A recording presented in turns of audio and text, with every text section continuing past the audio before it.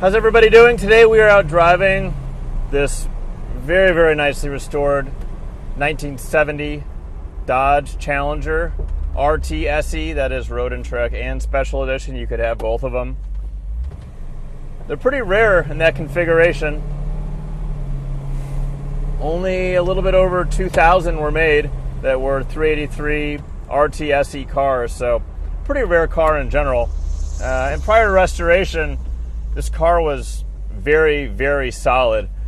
All the sheet metal on the car is original, with the exception of a lower quarter and the trunk. So that includes the floors, the other quarters, the doors, the front fenders, the hood. Everything's nice and original in the car, which is one of the reasons why everything fits so nicely. You'll see all the gaps are nice and straight. The doors line up properly. Everything closes. The windows. It really helps a whole lot when you're working with nice original metal like that.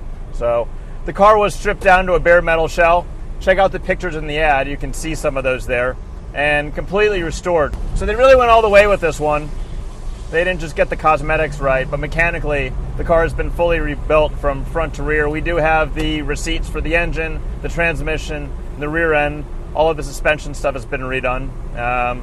All the brakes, everything is new there, and it rides and drives just wonderfully. It's tight. The steering box was rebuilt by Firm Feel, and it feels firm. Yeah, that's funny. Anyway, that being said, the car is aligned properly. It drives straight. I'm driving over bumps. Take my hands off the wheel. It tracks really, really nicely. It's just a properly restored, really, really nice car. You know, I'd call it like a mild, very mild custom. It does have aftermarket wheels, and the engine's been built a little bit nicer than they did from the factory. Displacement's up a little bit. It's got a little bit of a stroke, and it just runs nice and smooth. It pulls very, very hard. It starts up easily. It kind of does everything you want to do. Now, this car does have a really nicely tuned suspension. I'm flying around these curves at the moment, and I am in a car from 1970. It's not rolling all over the place. There's no weird squeaks. It feels really, really right. And so many of these cars look nice, but when you drive them, there's a lot left to be desired. I would not say that's the case with this car. The detail on this thing is really incredible. Everything in the interior is new. It's all legendary stuff. And everything, and I mean everything, works. I can't find anything doesn't. The whole dash has been restored, and it is totally mint. And that's one of the places where you see these things fall on their faces a little bit. They'll have nice paint, body, okay interior, and the dash is total garbage. But that whole dash has been restored. The top of the dash was restored by Just Dashes. They did a killer job.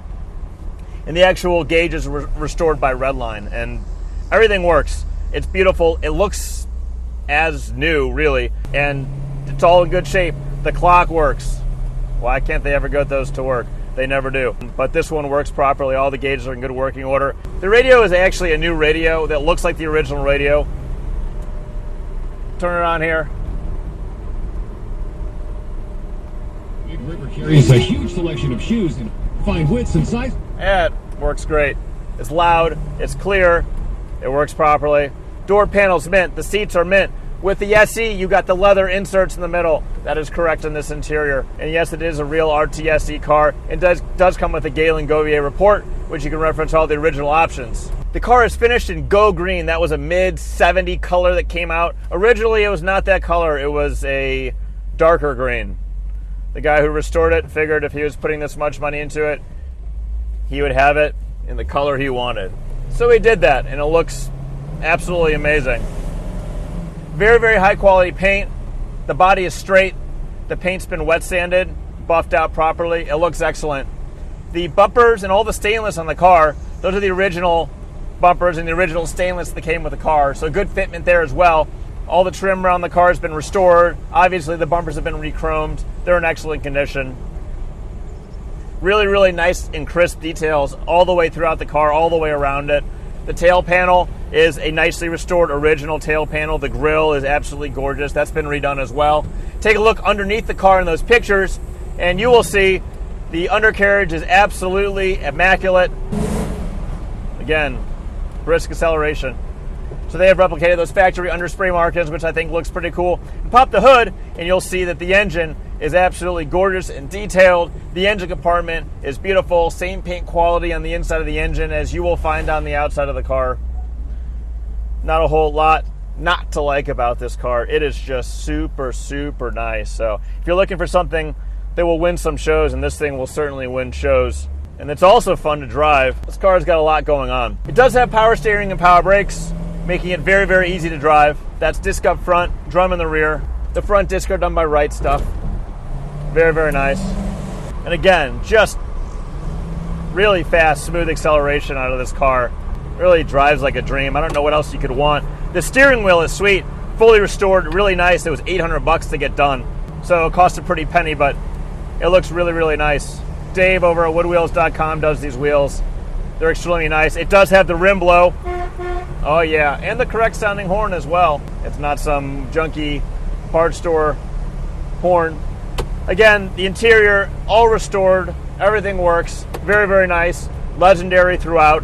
Snakeskin, they restore seat belts. They did the seat belts in this car. They do seat belts too, like a factory spec looking seat belt. So you give them the original hardware. They do all new belting. Everything is super nice, crisp, and really looks new throughout. I think with those minor mods to the engine, it's a lot quicker than this car originally was as well. Hopping on the highway real quick. On the way back to the shop. And I'm doing about 70 miles an hour, still cruising smoothly. There's absolutely no play in the steering, which is nice. Brakes are strong, stops on a nice straight line, and she rips nice and good. So I am going 70, RPMs are about 2,700. So, well, you can drive this thing on the highway. It really has nice, crisp acceleration around town as well. The car has a great exhaust note, but it's not overbearing, it's not obnoxious. It's not way too loud. Your neighbors will love you. You won't wake anybody up too early in the morning. Just signing off here. Thanks for coming along for the ride. If you have any questions, feel free to give us a call. There's not a ton of challenges out there. But of the ones that are out there, this is certainly one of the nicest ones for sale at the moment. Just thoroughly restored, and at the price at which we're asking, you could never, ever, ever have it done or even pull it off on your own. It's expensive to restore cars. So if you like what you see, this one's done now and ready to drive. Thanks for coming to our YouTube page. If you like what you see, make sure to subscribe. If you want notifications, click on the bell. If you want to buy some cool merch, click on the info card, or you can click on the link in the bio.